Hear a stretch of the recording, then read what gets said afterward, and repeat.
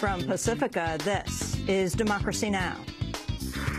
Hello to all my friends and fans in domestic and international surveillance. I'm here today because I believe that we can make a better world.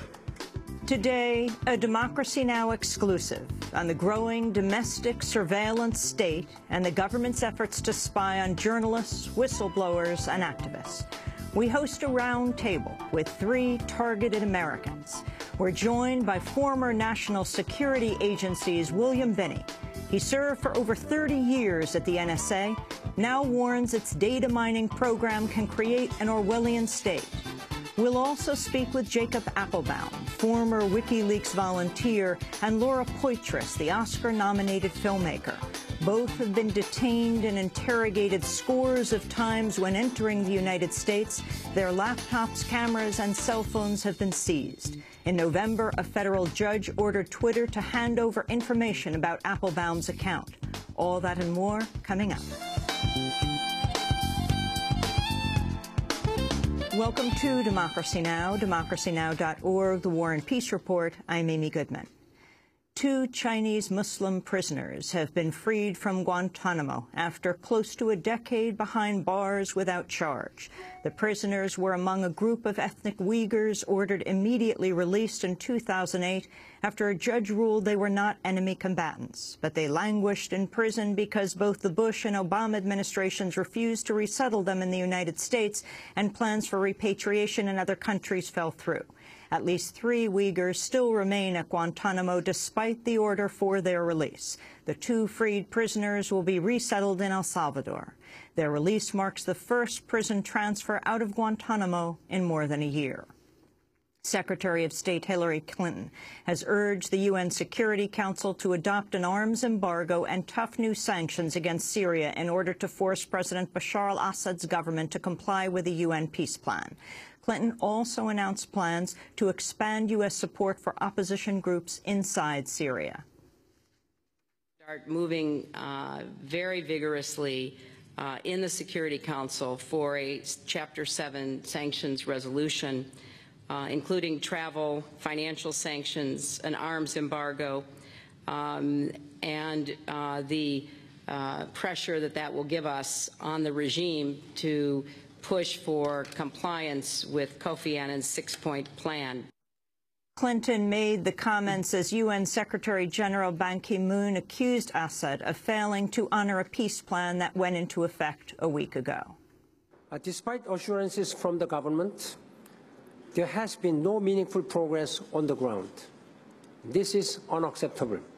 I call on the Syrian authorities to recognize the full urgency of the situation and permit UN agencies and international relief organizations to organize a major humanitarian field operation to help those people in need. A bond hearing will be held this morning in Florida for George Zimmerman, who faces a second-degree murder charge in the February 26 shooting death of 17-year-old Trayvon Martin. Martin's parents are expected to attend the hearing and could come face-to-face for the first time with Zimmerman. The Orlando Sentinel reports many local defense lawyers expect Zimmerman will be granted bond and given the opportunity to await trial outside a jail cell. In related news, Florida Governor Rick Scott has announced the formation of a task force to review the state's Stand Your Ground law. The right-wing American Legislative Exchange Council, known as ALEC, continues to lose corporate members amidst widespread public scrutiny of controversial measures it's helped push through state legislatures nationwide. Yum Brands, the owner of fast food chains KFC, Taco Bell, and Pizza Hut, has become the latest company to withdraw from ALEC. ALEC has come under pressure for backing voter ID laws seen as discriminatory toward people of color, as well as the so-called Stand Your Ground gun laws. There is a new development in the case of the police killing of 68-year-old Kenneth Chamberlain, the former Marine who was killed in his own home in White Plains, New York, after he accidentally triggered his life alert pendant. Attorneys for the Chamberlain family have identified the White Plains police officer who shouted a racial slur at Chamberlain prior to the fatal shooting. Attorneys said the officer, Stephen Hart, is also named in a civil lawsuit alleging police brutality brought by a defendant who said he was slammed down to the ground during an arrest 15 months ago. Federal aviation regulators have acknowledged dozens of universities and law enforcement agencies have been given approval to use drones inside the United States. The list includes the Department of Homeland Security, Customs and Border Protection, various branches of the military, defense contractor Raytheon, drone manufacturer General Atomics, as well as numerous universities. Police departments with drone permits include North Little Rock, Arkansas, Arlington, Texas, Seattle, Washington, Gadsden, Alabama, and Ogden, Utah.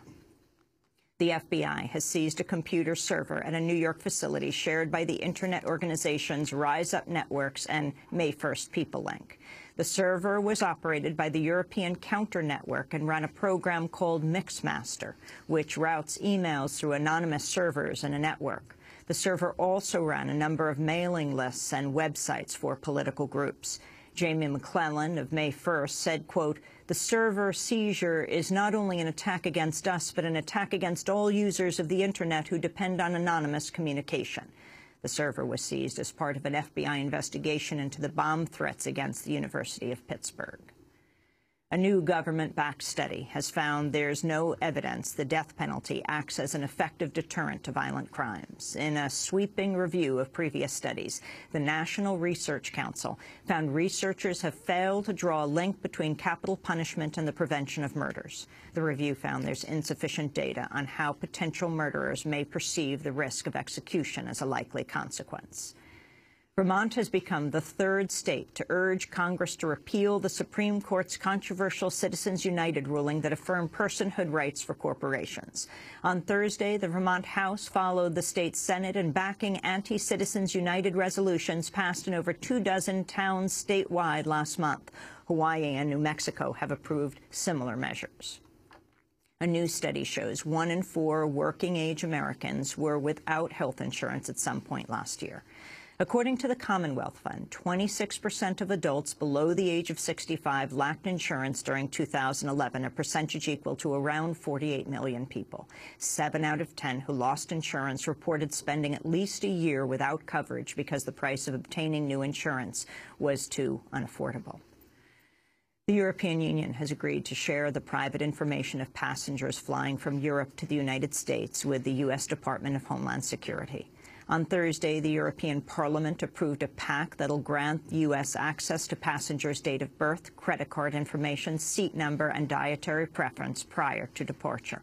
European lawmakers had waged a 5-year campaign to scale back the sharing of passenger data with U.S. authorities. Pro-democracy protests continue to flare in Bahrain ahead of this week's Formula One Grand Prix. On Thursday, Bahraini forces fired tear gas and stun grenades at hundreds of protesters in the capital, Manama. Bahraini human rights activist Nabil Rajab criticized the Formula One organizers for hosting their race amidst the ruling Sunni monarchy's crackdown. We are not against Formula One because we are against Formula One. Every part of our nation likes to enjoy the sport, but we are against awarding dictators. Formula One in Bahrain has been taken as a PR for the ruling elite, the repressive dictators who are ruling the country. Proponents of the Keystone XL pipeline that would bring crude oil from Alberta's tar sands to the Gulf Coast are picking up increasing Democratic support. This week, the House passed a measure that would expedite the pipeline's approval, with 69 Democrats joining with the Republican majority. The White House has vowed to veto the bill should it reach President Obama. The Obama administration sought to delay a decision on the pipeline until after the 2012 election. The phone hacking scandal that's rocked Rupert Murdoch's media empire is expanding on U.S. soil. Lawyer Mark Lewis, who helped expose the massive scandal in Britain, said he's partnering with U.S. lawyer Norman Siegel, who's been investigating the possible hacking of 9/11 victims' cell phones by the British tabloid News of the World. While Lewis said many complaints against News Corp in the United States stem from the now-defunct tabloid, he also said there have been initial allegations against Fox News and other News Corp holdings. Lewis said he's now representing 4 clients who believe their phones were hacked while visiting the United States. What they're alleging is that they either left messages or received messages, and that their messages were therefore listened into or investigations were sourced. See, what you have to understand is if one person is speaking to another person, the very fact that they're even speaking to each other is potentially news. If you have somebody who is having an adulterous relationship with another person, the very fact that they're speaking to each other is what you as a journalist, if you're writing about a relationship, is what you need as a primary source or a secondary source. It doesn't really matter what they say. Today marks the second anniversary of BP's Deepwater Horizon oil rig explosion that killed 11 workers and sent nearly 5 million barrels of oil gushing into the water in the worst maritime oil spill in U.S. history. The impact of the disaster still remains, as scientists say. Shrimp, fish, and crabs in the Gulf of Mexico have been deformed by chemicals released during the spill. One commercial fisher person told Al Jazeera that half of shrimp caught during the last white shrimp season were eyeless. Others reported finding clawless and mutated crabs. A new report released this month found that a toxic blend of crude oil and dispersant called Corexit is not degrading, as some had hoped. The report also found the toxins penetrate wet human skin faster than dry skin and can be observed in skin under UV light. Nearly 2 million gallons of Corexit were used to disperse the oil, although it was later revealed the chemical made it more difficult for microbes to naturally digest oil. Oil giant BP recently settled with victims of the spill for an estimated $7.8 billion over medical claims and economic losses in one of the largest class action settlements in history. And Levon Helm has died at the age of 71 after a battle with cancer. He was a drummer and singer in Bob Dylan's backup band, The Band, which later became the legendary musical group known simply as The Band. Levon Helm appeared in the 2009 documentary Back to Woodstock, directed by Julie Cohen.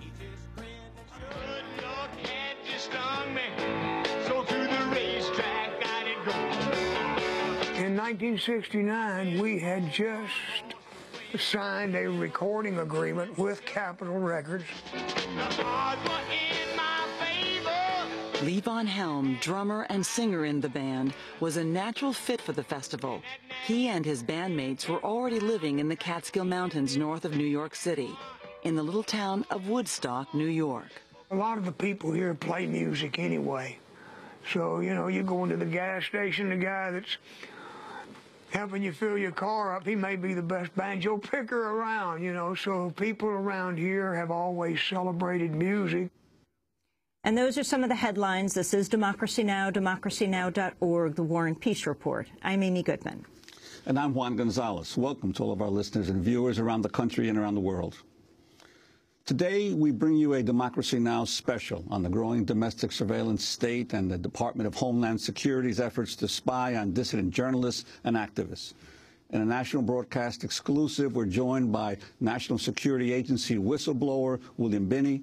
He was a key source for James Bamford's recent exposure in Wired magazine about the NSA, how the NSA is quietly building the largest spy center in the country in Bluffdale, Utah.